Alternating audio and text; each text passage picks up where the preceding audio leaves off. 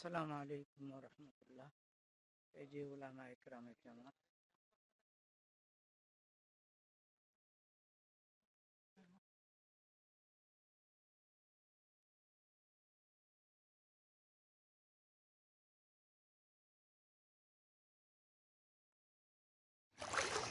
আসসালামু আলাইকুম রহমতুল্লাহ।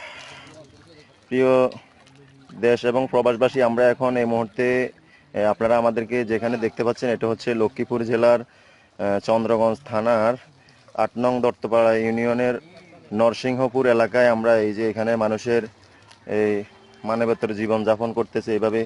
এই যে হাঁটু, কোথাও হাঁটু পরিমাণ, কোথাও কোমর পরিমাণ পানি।